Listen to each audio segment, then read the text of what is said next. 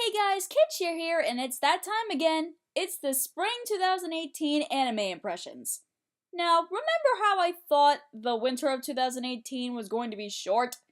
Well, this is more likely than not shorter than that, because one of the sections I usually put in, the Avoid This Series section, has nothing in it.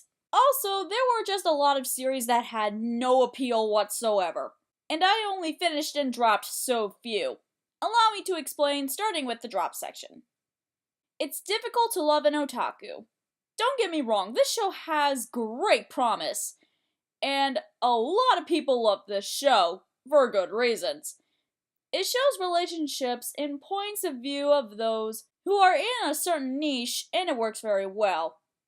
For me, it just got boring and repetitive after a while, and some of the characters, they just sound very dull, if you know what I'm saying. Caligula.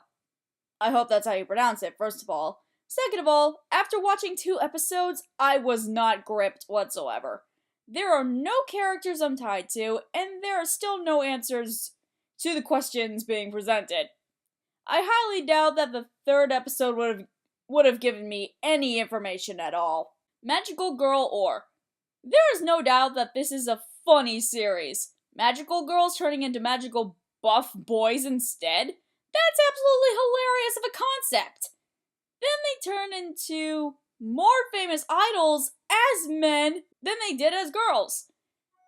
Though this world would make a fantastic parody on the magical girl concept, there were a couple episodes that were more just filler rather than adding much to the plot, which is why I dropped it. I bet I dropped it when it started getting down to the climax, but I was already too disinterested as it was. Then moving on to the series that I have finished, Amanchu Advance. This show is still adorable as it was in the first season, but I felt there was something lacking in this second one. Like, the gang wasn't really up to their usual antics, and the episodes I watched felt a little out of place. Though the Peter Pan arc had the most beautiful animation I've ever seen, the filler made zero sense to the rest of the series. Whenever the episodes were in place, however, it was the continuing of Hikari and Mato lesbian romance that everyone has been dying for. So, for what it's worth, it's 6.5 out of 10, still high for good things, but beware of the filler episodes. Cardcaptor Sakura Clear Card.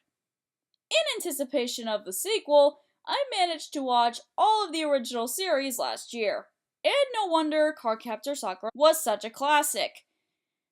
I was nervous about how the sequel was going to match the original, and when I started watching this during the winter season, I was more than impressed.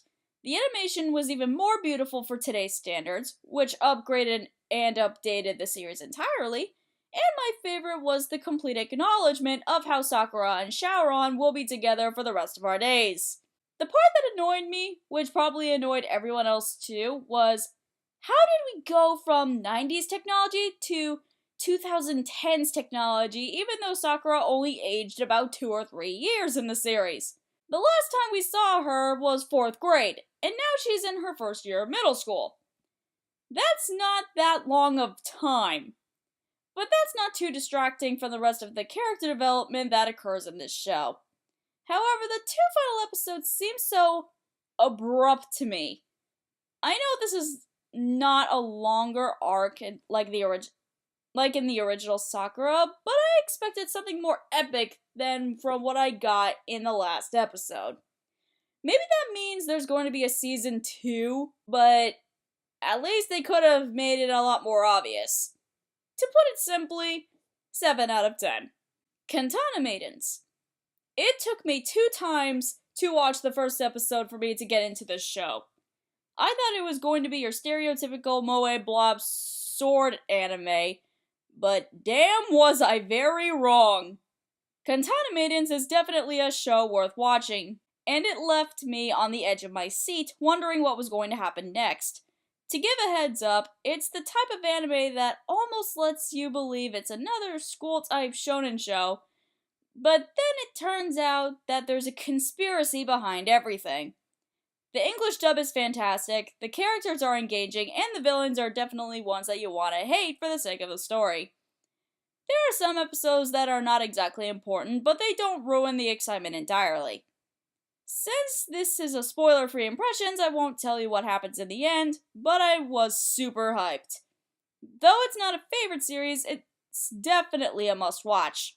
8 out of 10. Megalo Box.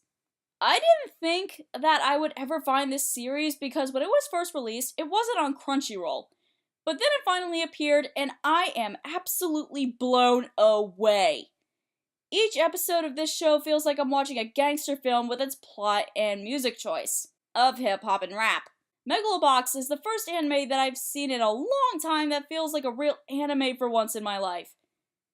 This is an original anime from TMS Entertainment, the company responsible for The Gray Man, Real Life, Orange, Kami-sama Kiss, Detective Conan, Sweetness and Lightning, Yaomoshi Pedal, Lupin the Third, Fastest Finger First, Elegant Yokai Apartment Life, Sonic X, Hamtaro, and the winter season's Takagi-san to scrape the tip of the iceberg. This studio blew me over the moon with a series that almost reminds me of Samurai Champloo and Cowboy Bebop. It looks like something that came out of the 90s, but it still uses the 2010s animation tricks. This is a sports anime beyond anything else I have seen. Plus, in a world that's so ruthless and cruel, its characters are more human than anything else I have seen before. As a woman of story, this is the most engaging thing I have ever seen in my life. A perfect 10 out of 10 all the way. Not revealing a single thing about it, or else I would just spoil the whole thing for you. And that's about it. If you liked this video, don't forget to like and subscribe if you haven't done so already. And check out the rest of my channel if you want. I'm Cait, Cher, and it's been real. Ciao!